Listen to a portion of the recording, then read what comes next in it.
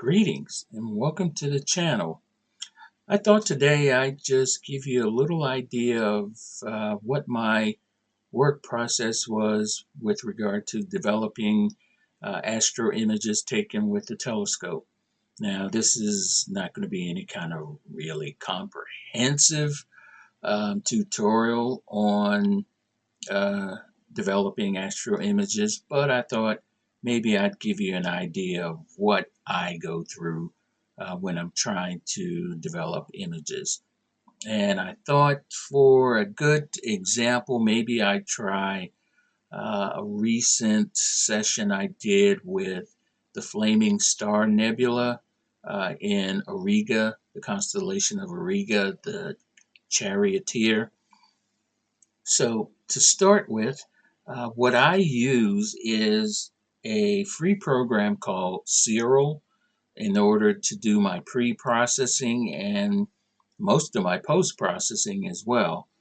Uh, I also use another free program called Graxpert, which is used to remove gradients from the image. You get gradients when maybe there's a certain measure of light pollution in the sky towards one area versus another, whether there's city lights in a certain direction or maybe the moon causing one side of the image to be a little brighter than the other. Sometimes maybe even the yard lights of neighbors as well that can affect the gradient in the image. Graxpert is also useful in that it has a very effective AI powered noise removal or denoiser built into the utility. But to get started, let's switch over to not Graxpert, to Cyril. And the first thing I do in Cyril is go to the directory where I have those documents, or rather those images stored. In this case, I just have them in a temp directory on my C drive. And you'll notice in that directory there are 4 folders or subfolders: biases, darks, flats, and lights. The lights are the actual images you take with your camera. The flats, they're also taken with the camera, but they're used in order to calibrate out little imperfections in the images, like you may have little dust motes on your lenses, and those will show up as spots or on your images. You have the darks that'll help to remove some noise from the images themselves. You'll get the electronics. Sometimes they may get a little hot, and you may get little hot pixels, so to speak, that are burned into each image, and the darks help to remove them. The biases, I couldn't give you a good explanation for the biases, but they're needed sometimes. So again, we would choose the folder and then click open, and that would change the folder to where, or the working directory to where we want it to be. And from there, what I normally would do is just use one of the included scripts that come with um, Cyril.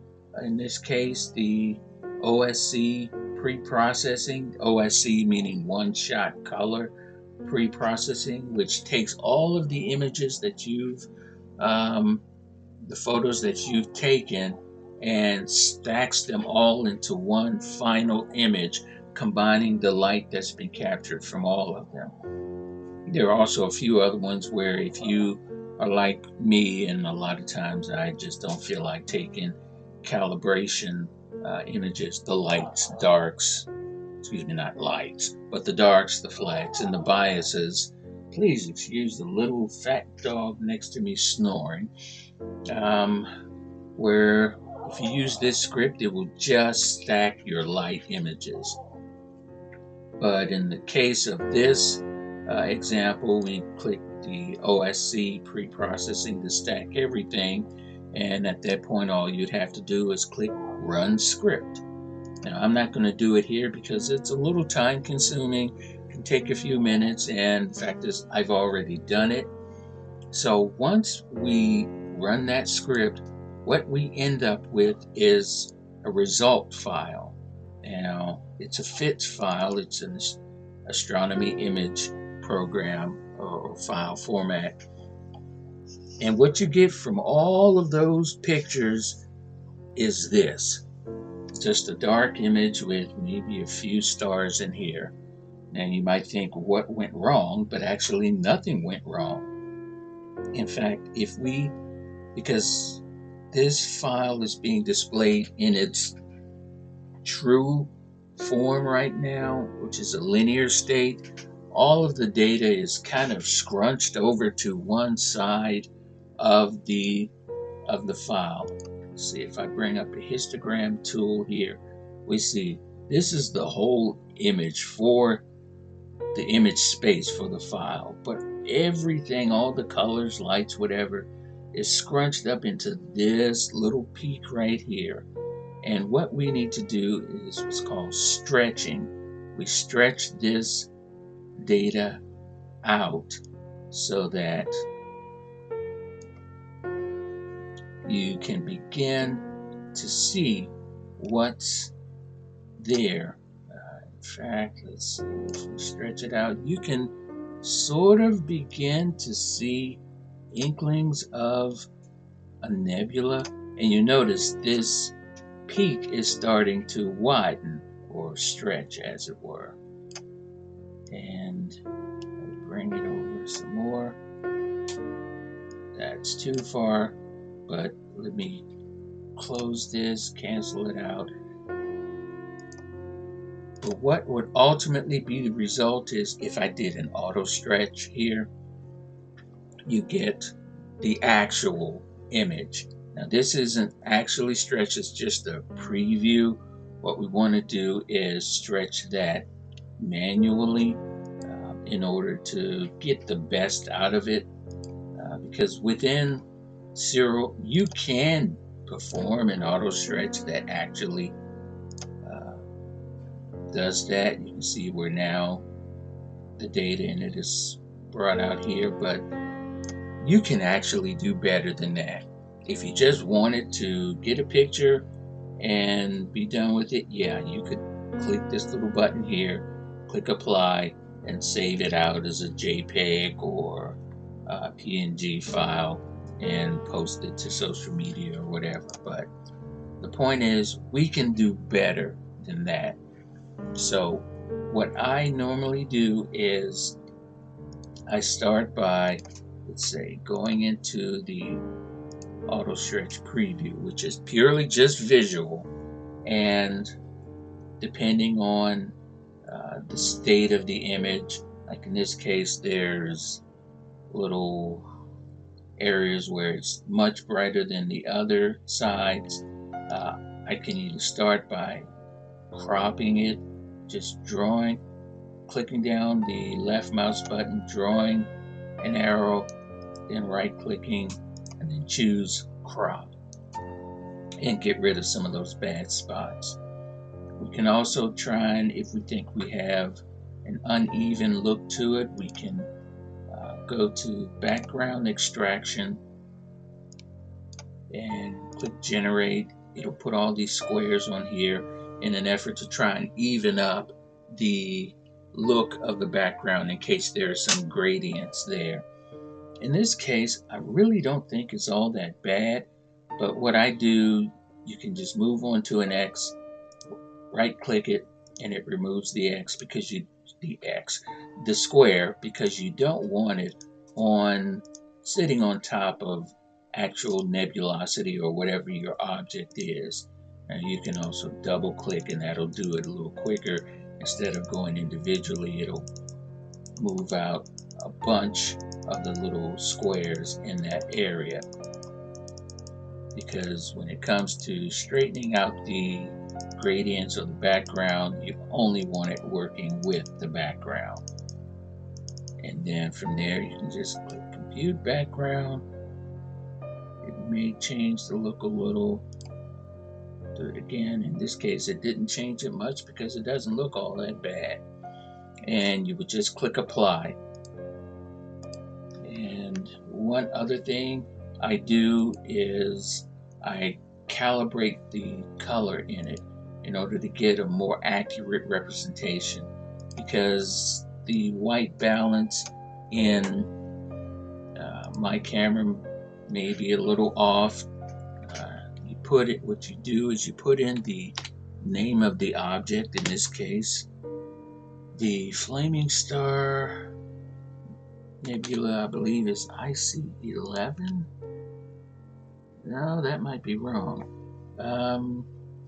Let's see. Yeah, if I try Flaming Star Nebula, and we're going to ignore that. News IC405. That's more like it. Okay, and click OK.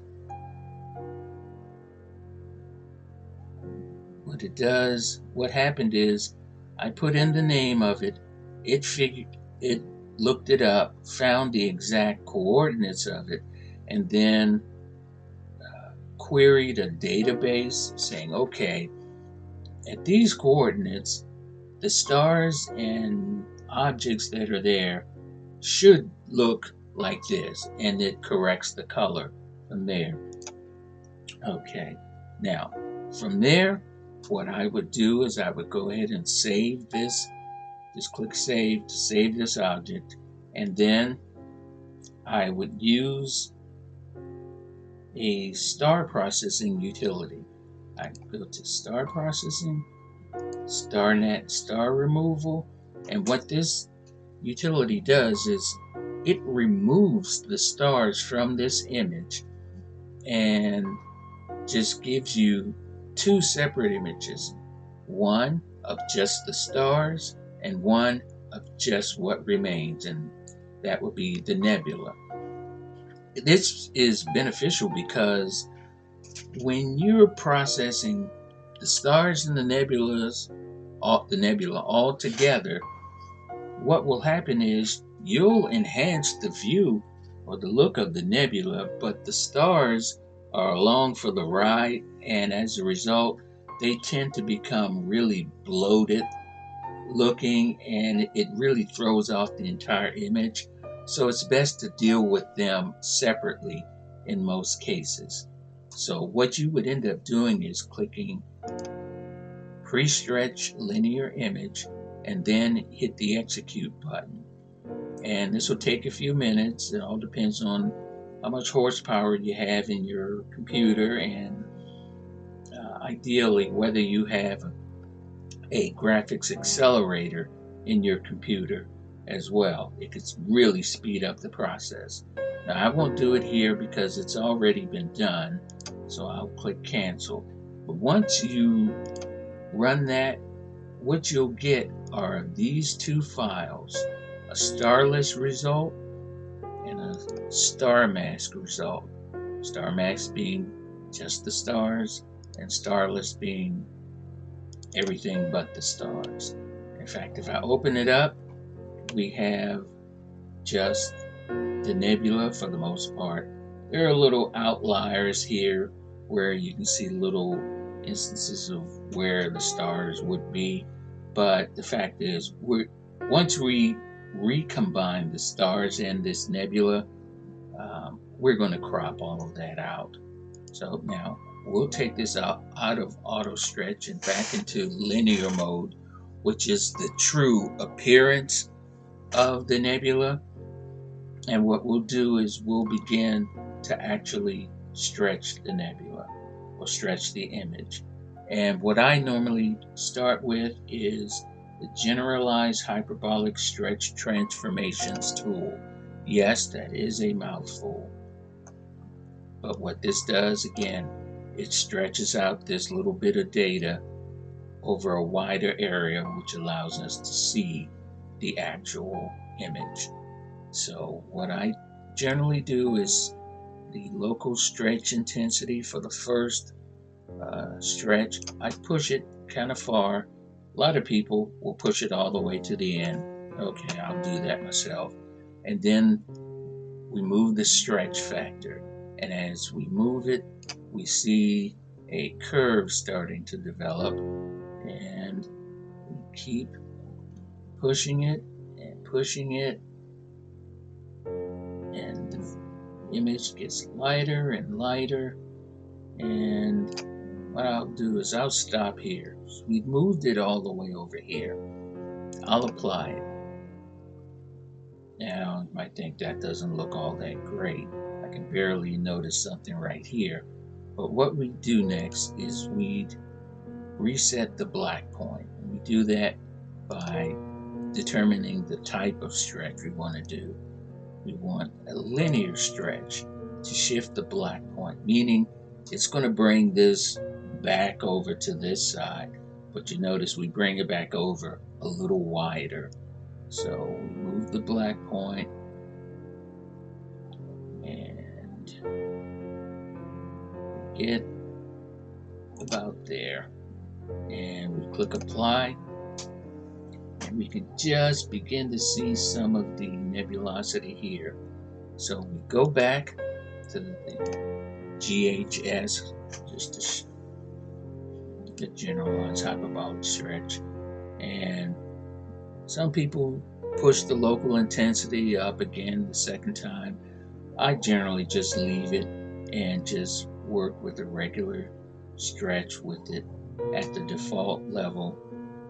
And we find that it starts to widen this histogram representation here.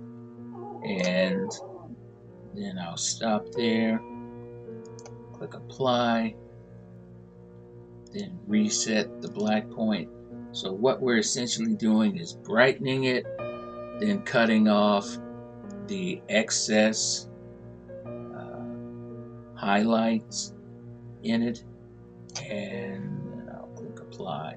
Now we could take this further as long as we monitor down here to make sure we're not clipping data, because if we take it too far, we find that we're clipping off some of the blacks, and that's essentially removing data from this image, and it's data that we can't get back even if we try and brighten it again. So what I just try to make sure is the clipping stays at 0%. That way we're not losing anything. So I apply, go back up, and stretch it again. Now what we can do, let's see, let me reset it, is once we reach a certain point, we can choose areas that we want to bring out more. Like here, if I were to just draw a square there and then choose what's called a symmetry point, it assigns the symmetry point to what's in this square. And if we stretch, what happens is that curve kind of starts to take on a little bit of an S shape. And what happens is we only end up bringing out what's in that area. It basically keys on to that level of lights, darks, the combination of it. Click apply. We can choose another area, let's say here. Hit the dropper button to set the symmetry point to what's here, and start stretching again slowly. And it's best that this is done in slow increments as opposed to just trying to push it hard all the way, because we just end up with a mess. And I'll back this down considerably. Okay, now, and then I'll apply that and close this. Now, if you notice here, this image, it's kind of noisy. There's these color blotches here. What you could do is use a utility that I mentioned before, Gragspert. It has very good noise removal within it. So what I do is I would save the image in its current state, click save, and then open up Gragspert here, and I load a specific image in. Let's see, temp, Astro Demo, and we were working on the starless result. And there it is. And it looks not all that great. It looks very noisy. So there are several functions within Gragspert, but what we want right now is just denoising.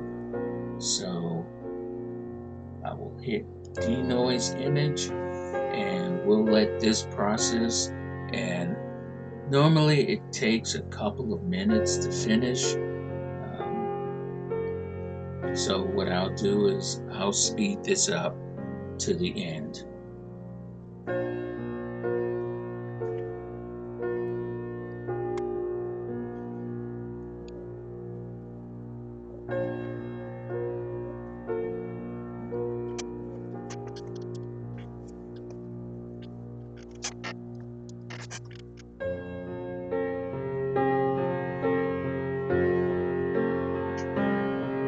Okay, and it's finished, and that is a day and night difference in terms of how this looks.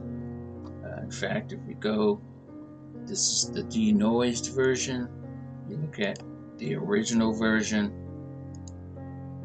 versus denoised, that's a big difference. So next, all I have to do is just save it out, and I generally always save mine out as a 32-bit FITS file, though you can save it as a TIFF or XISF for you PixInsight folks. But I don't have PixInsight, so I'm going to save it as a 32-bit FITS file, and click Save Select.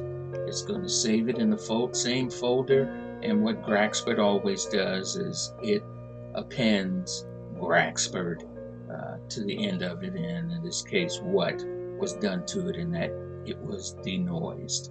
So I'll save it. That's done, and then I'll go back into Serial and load that file in, because we just have the one that we were working with originally, and that's a big difference. Okay, now we can tweak this a little more, to be honest. If we go back into the generalized hyperbolic stretch and I manually work with this symmetry point, we can just adjust it to taste in terms of the brightness and contrast of the image. I can move the symmetry point over further, which kind of darkens it, adds a little more contrast to it. And that doesn't look too bad to me. I'll just apply it. And in this case, I'll go ahead and save it. Now, let's open up now that star mask to see what the stars look like. That's pretty dim, but the simple fact is we're about to do something that will allow us to bring the stars out further. So now what we want to do is recombine those two images. And Serial allows us to do this in star processing, star recomposition. And what we do here is we select two files. The background file that contains the object or the nebula that we were working on, and it pulls it in, and we bring in the star mask that has the stars that we were working on. Now, it may not look like the stars are completely in there, but what we can do is stretch each of these individually with the stars. We can stretch it, and look what happens. The stars are coming back.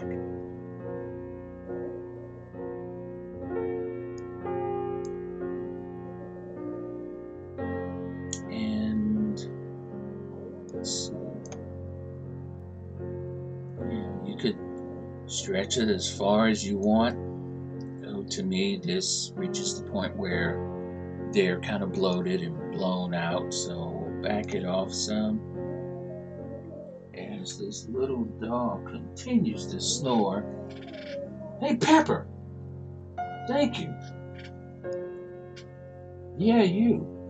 Okay, now, again, we can adjust the star levels to taste.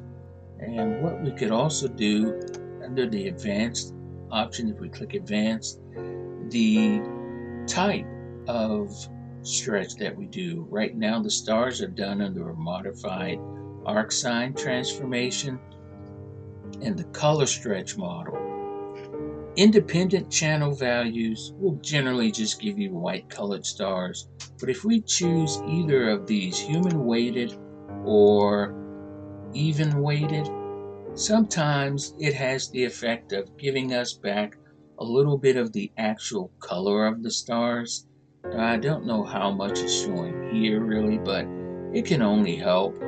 So once we're comfortable with the stars, the way they look, and maybe if I look at the black point for this, maybe to try and darken things up a little by moving that a little over, it may add something to the image.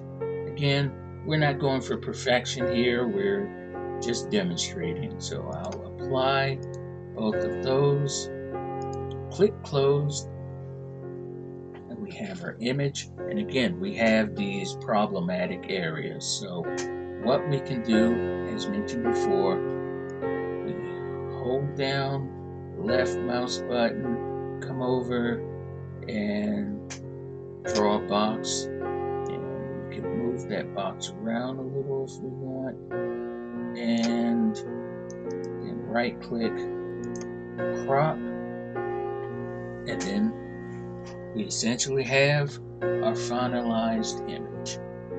And all we have to do at this point, say if we were going to put it out on Instagram, we have this little button here that allows us to save it, because right now it's not saved.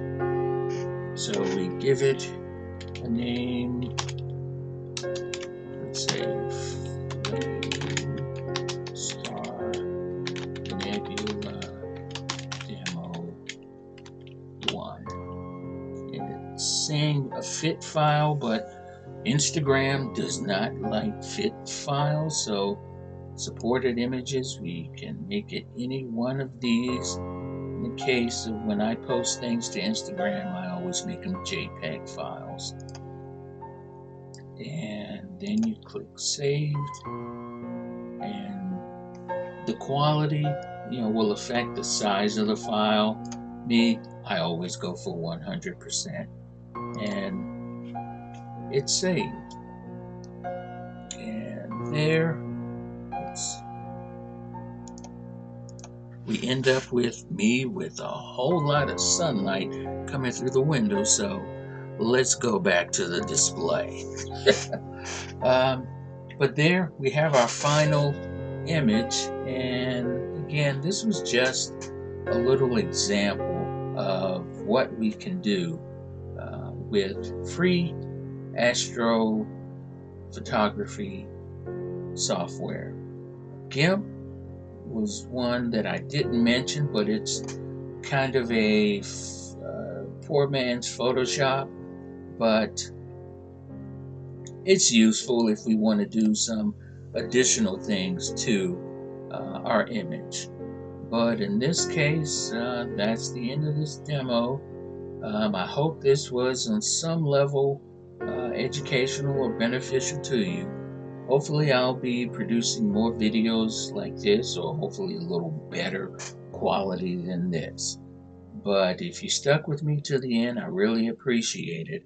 And I'll just say thanks for watching and take care.